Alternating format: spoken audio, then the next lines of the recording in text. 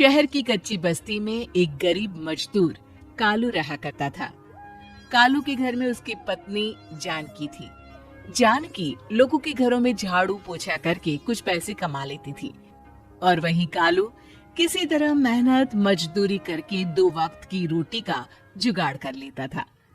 कुछ दिनों से हो रही बारिश के कारण कालू की मजदूरी बंद हो गई थी। अरे जानकी, इस बार तो बरसात ने हद ही कर दी, रुकने का नाम ही नहीं ले रही। कुछ समझ में नहीं आ रहा, अगर इसी तरह काम पर नहीं गया तो 2 वक्त की रोटी का जुगाड़ कैसे होगा। अरे तुम चिंता क्यों करती हो, बारिश का क्या है, 1 आध दिन में रुक जाएगी और उसके बाद में फिर से काम शुरू हो जाएगा। अरे 3 दिन तो हो गए, बरसात तो रुक ही नहीं रही है और आगे भी रुकने के कोई आसार नहीं दिख रहे। तो क्या हुआ, तुम्हारा काम बंद हुआ है ना? मैं तो अभी भी लोगों के घर झाड़ू पोछा करने जाती ही हूँ। मेरे पगार से कुछ दिन तो निकल ही जाएंगे।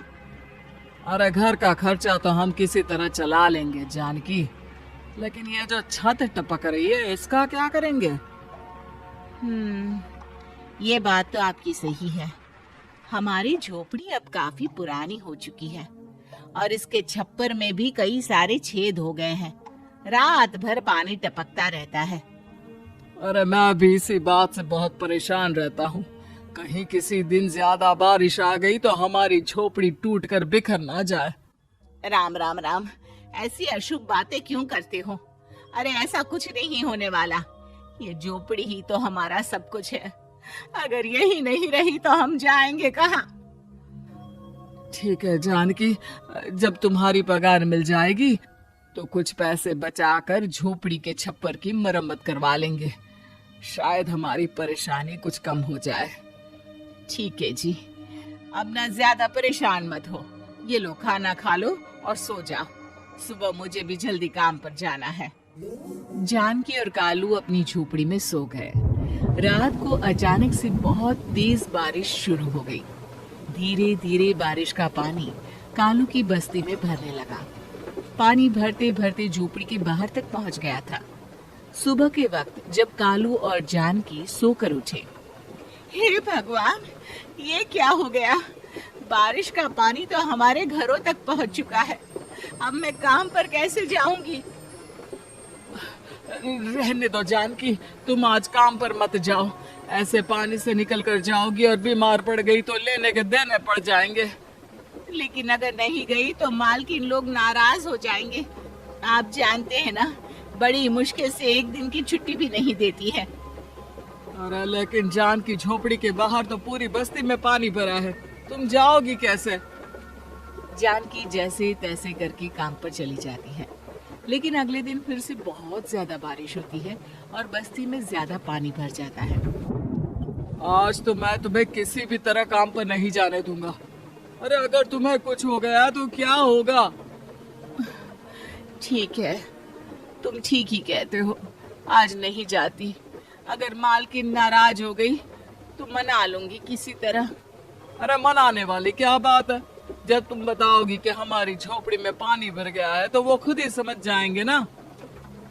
अगले 2 दिन तक तेज बारिश होने की वजह से जानकी, कालू और आसपास की बस्ती में रहने वाले सभी लोगों के घरों में पानी भर जाता है, जिसकी वजह से जानकी काम पर नहीं जा पाती। और 3 दिन के बाद जैसे ही जानकी काम पर पहुंचती है, कहाँ थी तुम? पिछले 3 दिनों से काम पर क्यों नहीं आई? मेम साहब, क्या बताऊं, इतनी ज्यादा बारिश हो रही थी, हमारी पूरी बस्ती में पानी भर गया है और उससे भी ज्यादा तो मेरी झोपड़ी के अंदर पानी भर गया। आप ही बताइए कैसे आती मैं? इसका मतलब ये हुआ कि बारिश होगी तो तुम काम पर नहीं आओगी? ना ना, मेरे कहने का ये मतलब नहीं था मेम साहब। तुम जानती भी हो 3 दिन से कितनी परेशानी हो रही है मुझे। सारा काम मुझे खुद करना पड़ा। माफ कर दीजिए मालकिन जी, पर मैं क्या करती, आने के लिए रास्ता ही नहीं था। सब जगह पानी भरा हुआ था। बहाने तो तुझे बहुत बनाने आते हैं। जान के देख, अगर अगली बार ऐसा किया ना तो फिर काम से हमेशा के लिए छुट्टी। अरे ना ना मालकिन, ऐसा मत कीजिए। बारिश की वजह से मेरे पति की मजदूरी भी छूट गई है। बड़ी मुश्किल से घर में 2 वक्त खाने की रोटी का जुगाड़ हो पाता है। आप मुझे काम से निकाल देंगे तो हम क्या खाएंगे?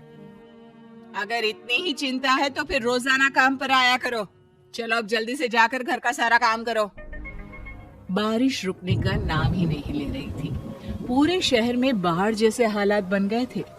लेकिन नौकरी जाने के डर से जानकी किसी तरह रोज काम पर जाती थी। एक दिन जब जानकी काम करके अपने घर लौट आई तो अचानक उसकी बस्ती में कुछ लोगों का शोर सुनाई दिया। अरे लगता है बाहर कुछ हुआ है, मैं जाकर देखता हूँ। हाँ हाँ, पता तो कीजिए, ये बस्ती में लोग इतना शोर क्यों कर रहे हैं? बाहर जाकर कालू ने एक आदमी से पूछा। अरे क्या हुआ भाई, इतना शोर क्यों मचा रहा है? अरे क्या बताए भैया, अपने बस्ती के बाहर एक पुल टूट गया है और वहाँ पर एक कार फंसी है। थोड़ी देर में अगर किसी ने नहीं बचाया ना तो वो कार पानी में बह जाएगी। ये क्या कह रहे हो भैया, कार के अंदर कोई है क्या? हाँ, कोई औरत बैठी है, अकेली है, बहुत रो रही है बेचारी, मदद के लिए बुला रही है। अरे तो हमें जाकर उनकी मदद करनी चाहिए ना। अरे लेकिन इसमें बहुत खतरा है, हमें अपने आप को बचाना चाहिए। पानी कभी भी हमारी बस्ती की तरफ आ सकता है। अरे तुम्हें नहीं चलना तो मत चलो, लेकिन मैं तो जाकर उस औरत की मदद जरूर करूंगा। कालू उस जगह पर पहुंचता है जहां वो औरत कार में फंसी हुई थी। वहां पर पानी का बहाव बहुत तेज था और सारा पानी कालू की बस्ती की तरफ ही आ रहा था। कालू ने एक बड़ी सी रस्सी को पेड़ से बांध दिया और दूसरे सिरे को कार की तरफ फेंक दिया और उस औरत को रस्सी के सहारे बाहर आने के लिए कहा। तभी वहां जानकी भी दौड़ती हुई आई। और ये तो मेरी मालकिन है, जिनके यहाँ मैं काम करने जाती हूँ। अरे मैडम जी, आप डरिएगा मत, आपको कुछ नहीं होगा। आपकी गाड़ी को भी मैंने रस्सी से बांध दिया है। थोड़ी देर में पानी का बहाव कम हो जाएगा, फिर हम आपकी कार को भी बाहर निकाल लेंगे। क्या तुम जानकी के पति हो? हाँ हाँ, जानकी मेरी ही पत्नी है, आपके यहाँ काम करती है ना। लेकिन मेम साहब, आप यहाँ पानी में कैसे फंस गई? अब क्या बताऊं, मैं अपनी सहेलियों के साथ पिकनिक पर गई थी, वहीं से लौट रही थी। अचानक पानी का बहाव तेज हो गया और मेरी गाड़ी फंस गई। अरे कोई बात नहीं मालकिन, अब ना आप बिल्कुल सुरक्षित हैं। मैं तो बहुत बुरी तरह डर गई थी, कब से मदद के लिए चिल्ला रही थी, लेकिन कोई मेरी मदद के लिए नहीं आया। भला हो तुम्हारा पति का जिसने मेरी जान बचा ली। लेकिन जानकी, मैंने तुम्हारे साथ बहुत गलत व्यवहार किया। इतने खराब मौसम और बाढ़ में भी तुम्हें काम पर आने के लिए कहा, नौकरी से निकालने की धमकी भी दी, और तुमने मेरी जान बचाई। मुझे माफ कर दो। अरे कोई बात नहीं मालकिन, आपकी जान बचाना तो हमारा धर्म था। देखो जानकी, तुम्हारी झोपड़ी में जो भी नुकसान हुआ है उसके लिए मैं तुम्हें पैसे दूंगी। आज तुम्हारे पति ने मेरी जान बचाई है और आज के बाद मैं तुम्हें कभी भी नौकरी से निकालने की धमकी नहीं दूंगी। आज मैं तुम्हारी परेशानी को अच्छी तरह समझ चुकी हूँ। हम जैसे पैसे वाले लोगों के लिए अपने घर में बैठकर बारिश का मजा लेना बहुत आसान है, लेकिन तुम गरीब लोगों के लिए बाढ़ और बारिश काफी परेशानी खड़ी कर देते हैं। ये बात मुझे आज अच्छी तरह समझ आ गई है। आपका बहुत बहुत धन्यवाद मालकिन।